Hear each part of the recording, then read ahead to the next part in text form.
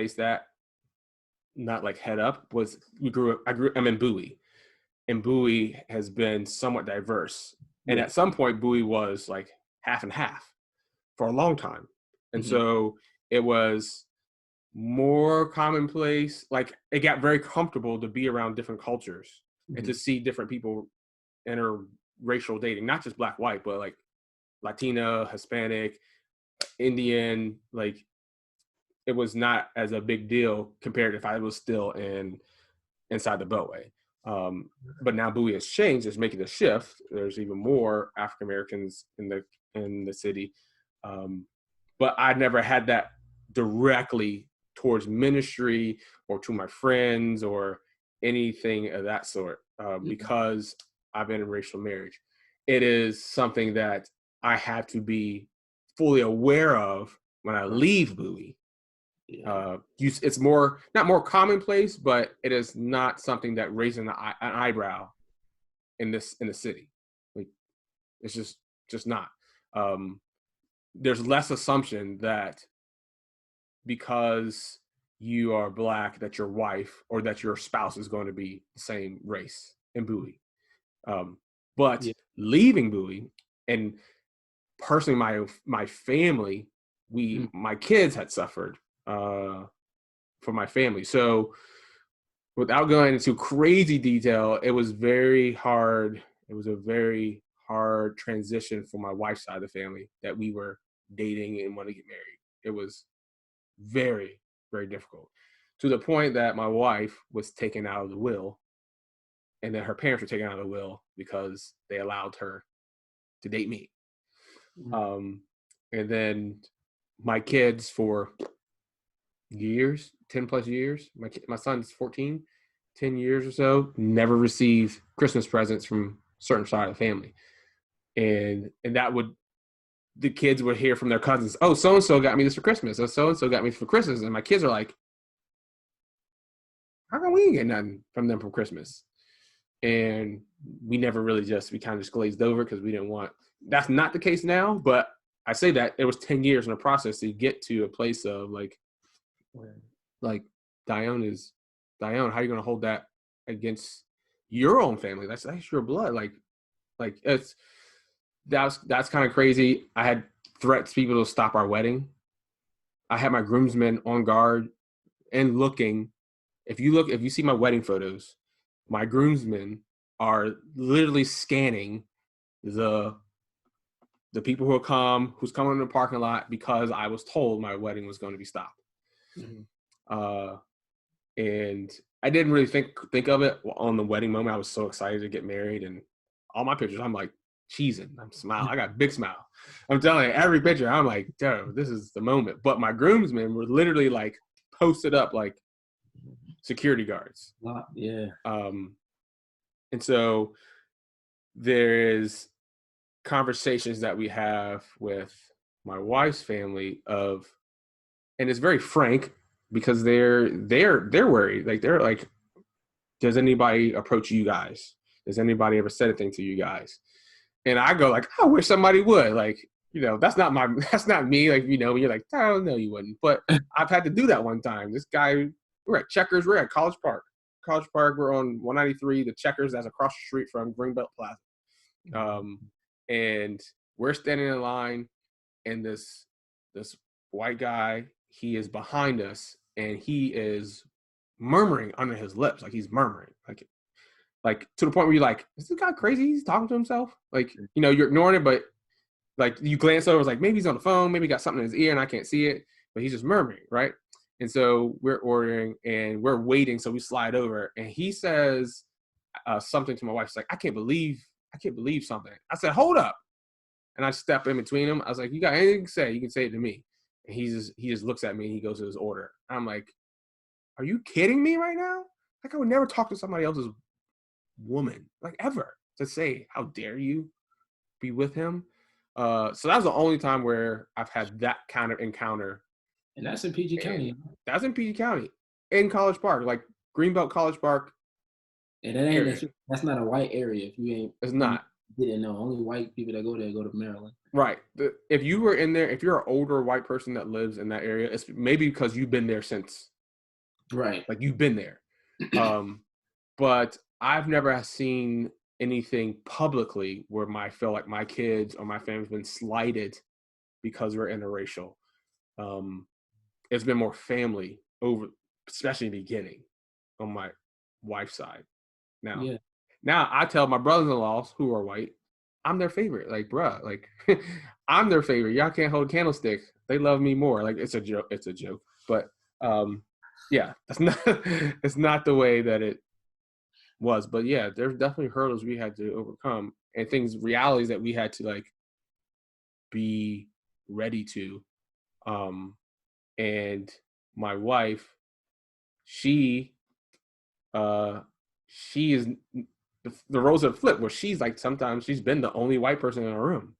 And I asked her later, like, how'd you feel? And she's like, it wasn't until later, like I'm into it where I'm like looking around. She's like, I'm the only non-black person here. And I'm like, yeah, but how's that make you feel? It's just like, that make me feel anyway. I'm just aware of it.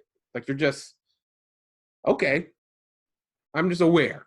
Got put on for the squad. That's how I feel. When I got put on for the team, if I'm here by myself. It's so funny. But then there's kids, some of her students don't believe she's white. They believe she's light-skinned. And she, if y'all see a picture of my wife, she's white. She got... I mean, yeah, but still, though, like, that's the perspective in PG County. Like, it's like, that ain't no white lady. Like, right, exactly. I seen Heaven's mom. I'm like, she light-skinned, huh? She light-skinned. She albino. Like, she not...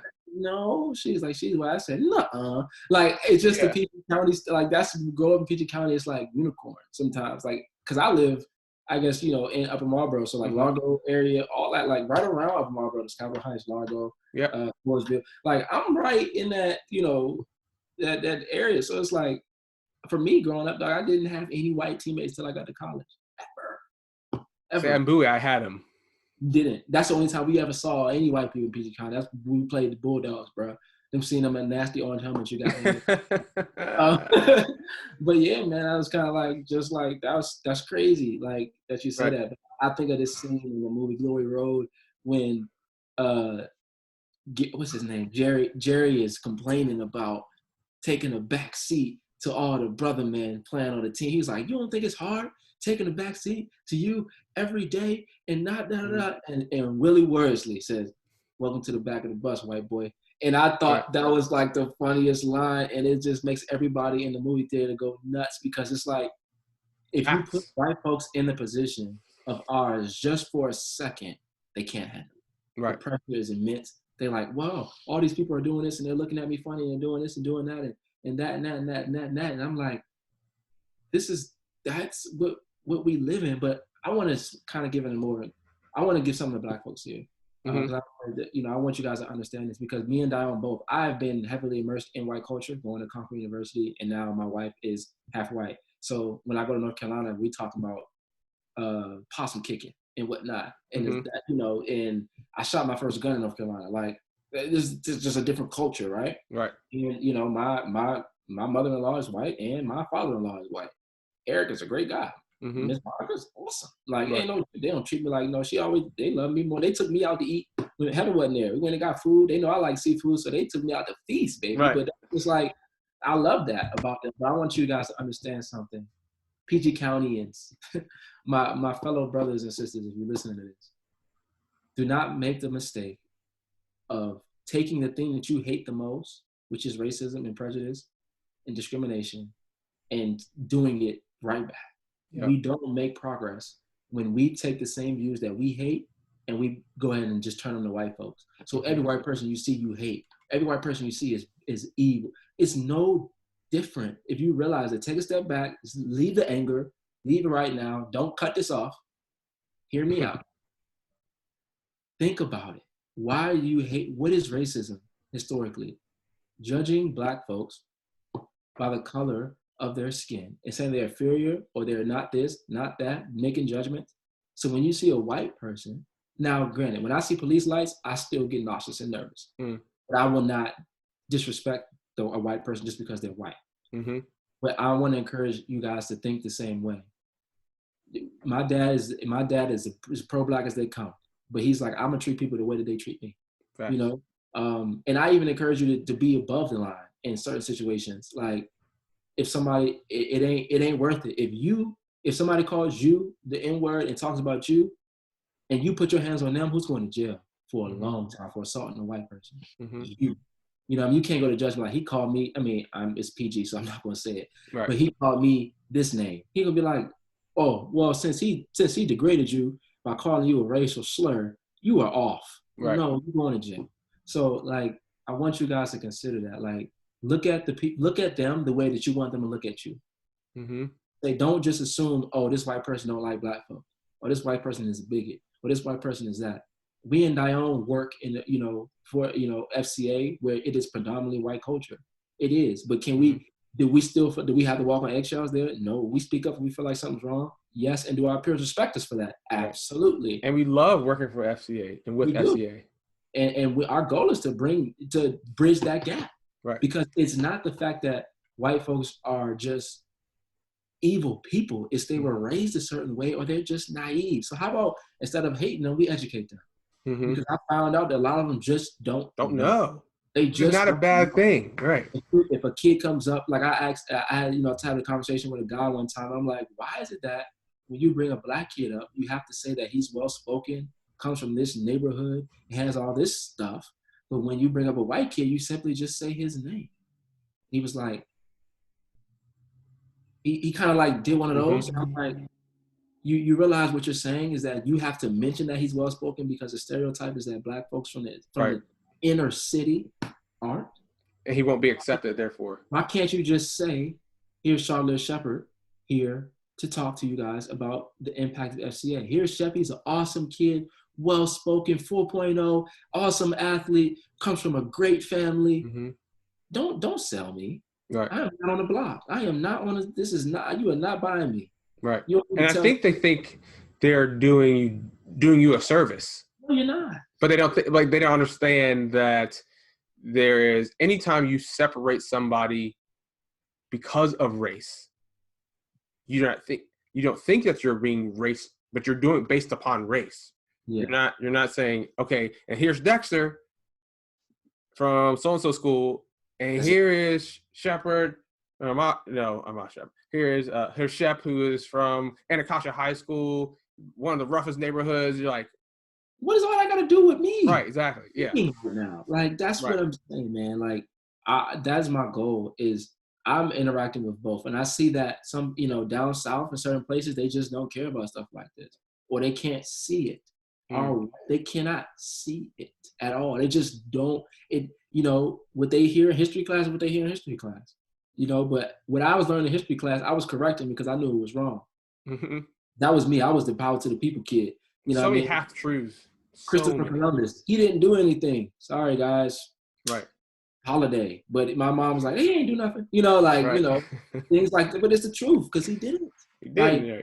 But here it is. He discovered something on accident and he's famous. Right. That person discovered something on accident, he getting shot. Right. So that's the difference, man. Yeah. Like, understand that the first thing we have to acknowledge, like Dion said, that we do have an issue in this country. And there is a problem. The reason why you see so much aggression towards white folks, if you're white and you're listening, is that the fact that we struggle as black folks sometimes to get you guys to acknowledge the fact that there is a problem. When you undermine that there is a problem is where you see heated arguments. So I'm not going to judge you or say that you're less than because you're white, but I'm going to tell you need to acknowledge what's going on in this country so that we can work together to end it. That's the only way we can do it. But as long as you keep saying, oh, well, he shouldn't have fought with the guy. What? Right. You wouldn't fight for your life? He shouldn't have been wearing a hoodie. You wear a hoodie and don't think twice about it. Well, he should have talked back to the officer. Every time you get stopped, you tell the officer, I didn't do that. But he don't shoot you. You don't have to teach your kids how to act in front of police. My parents do. Me too. Don't reach for anything. Don't say anything. Keep your hands on the wheel. Yes, sir. No, sir. You don't have to have that conversation with your kids.